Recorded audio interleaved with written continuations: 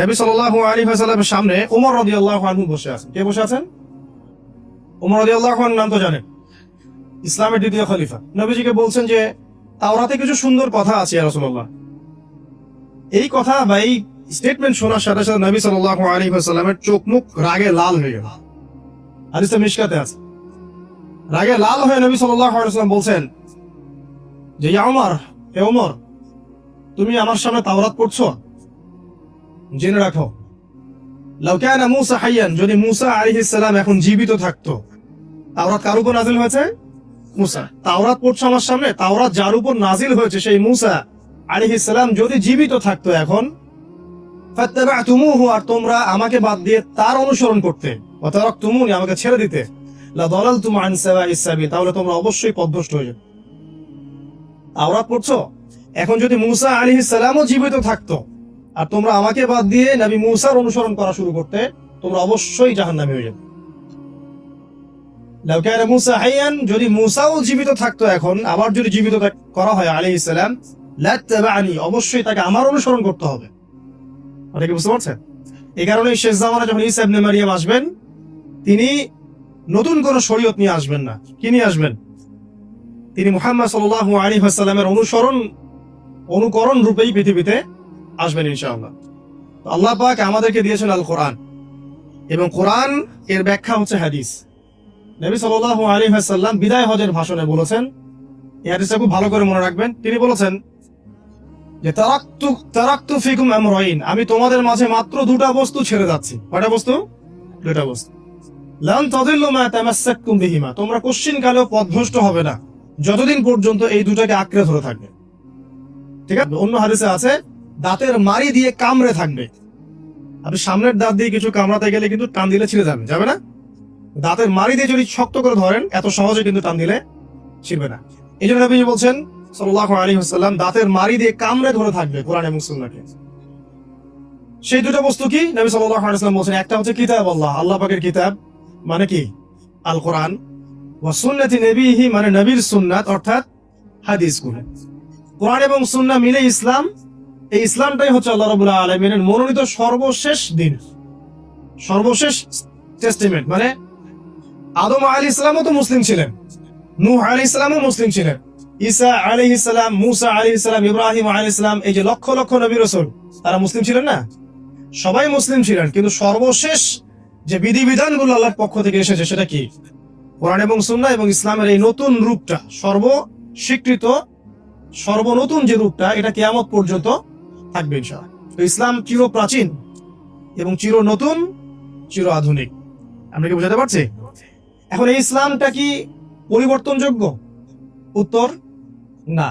আল্লাহ পাক সূরা মাইদার 3 নম্বর আয়াতে বলছেন, আল ইয়াউমা আকমালতু লাকুম দীনাকুম ওয়া আতমামতু আলাইকুম নি'মাতি ওয়া রাদিতু লাকুমুল ইসলাম দীনা।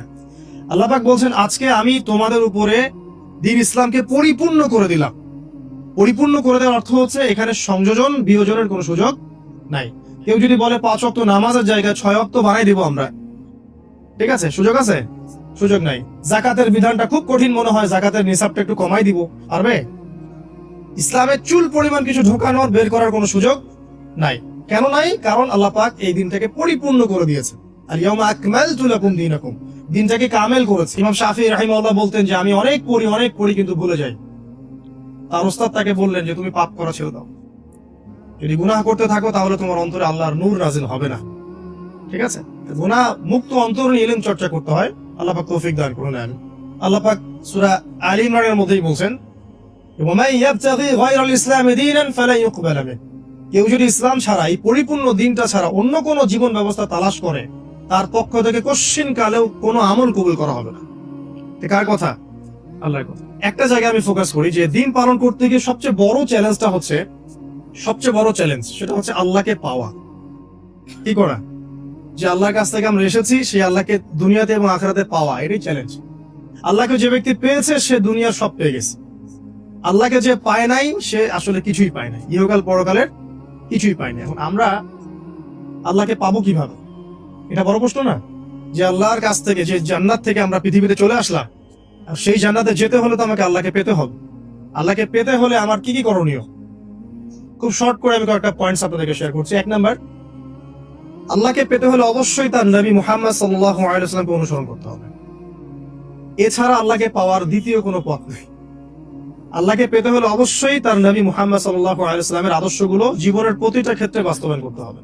চলাফেরা, ওঠা বসা, খাওয়া দাওয়া, ইস্তেনজা করা, মুআমালাত, ব্যবসা বাণিজ্য, অর্থনীতি, সমাজ, রাষ্ট্র, সব ক্ষেত্রে আপনাকে মুহাম্মদ সাল্লাল্লাহু আলাইহি ওয়াসাল্লামের তরিকা, আদর্শটাকে ফলো করতে হবে। তাহলে আপনি আল্লাহকে পাবেন ইনশাআল্লাহ। যে ব্যক্তি আল্লাহকে পেয়েছে সে দুনিয়াও পেয়েছে, আখিরাতও পেয়েছে। যে আল্লাহকে পায় নাই, দুনিয়াও বরবাদ, আখিরাতও বরবাদ। এক নাম্বার তাহলে কি কাজ? আল্লাহ পাকের সর্বশেষ নবী মুহাম্মদ সাল্লাল্লাহু আলাইহি ওয়াসাল্লামকে অনুসরণ করা, তার আদর্শ মেনে চলা, এক নাম্বার। দুই নাম্বার হচ্ছে 5 ওয়াক্ত নামাজ। আল্লাহকে পেতে হলে নামাজ লাগবে। নামাজ নাই, আল্লাহ নাই। ওয়াস্তাঈনু বিস-সাবরি ওয়াস-সালাহ, তোমরা সবর এবং সালাতের মধ্য দিয়ে আল্লাহর সাহায্য প্রার্থনা করো। আমরা এই জন্য নামাজে বলি ইয়্যাকা না'বুদু ওয়া ইয়্যাকা নাস্তাঈন, আমরা শুধু আপনারই ইবাদত করি এবং আপনার কাছেই সাহায্য প্রার্থনা করি। আল্লাহকে পেতে হলে নামাজের কোনো বিকল্প নাই।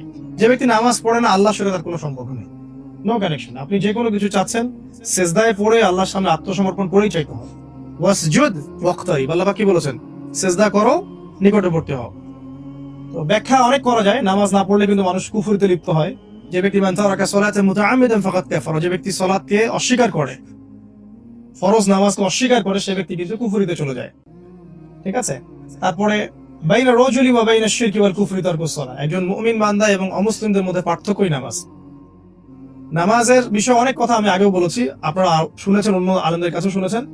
এক বাক্যে নামাজ না পড়লে ইসলামের রশিটা কেটে যাবে।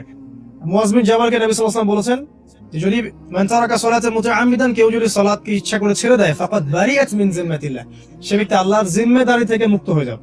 তার উপর আল্লাহর কোনো জিম্মাদারি নেই, আল্লাহর নিরাপত্তা, জিম্মাদারি থেকে সে মুক্ত। তো 5 ওয়াক্ত নামাজ আল্লাহ পাক আমাদের সবাইকে জামাতের সাথে পড়ার তৌফিক দান করুন। এর পাশাপাশি নফল নামাজ বাড়িয়ে দেওয়ার তৌফিক দান করুন, এবং স্পেশালি তাহাজ্জুদের নামাজ যদি পারেন, 2 রাকাত হলেও নিয়মিত তাহাজ্জুদের নামাজ পড়ার তৌফিক আল্লাহ পাক আমাদেরকে দান করুন। আর চিন্তা করেন যে আপনি মহাবিশ্বের মহা শক্তিধর আল্লাহ রাব্বুল আলামিনের সামনে মাথা নত করেছেন।